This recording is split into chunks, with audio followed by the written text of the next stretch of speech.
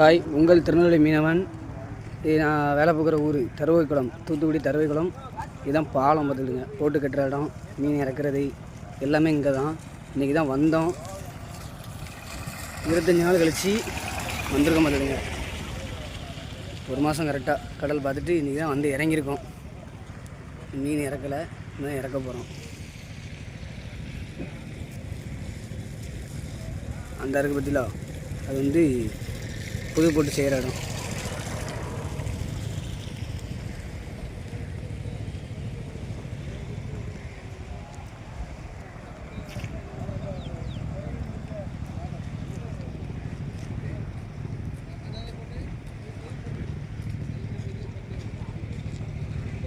புது போட்டு செய்கிற இடம் பற்றிலா, புது போட்டு ஒன்று ரெடியாக 2-3 போட்டு ரெடி ஆகிருக்கு.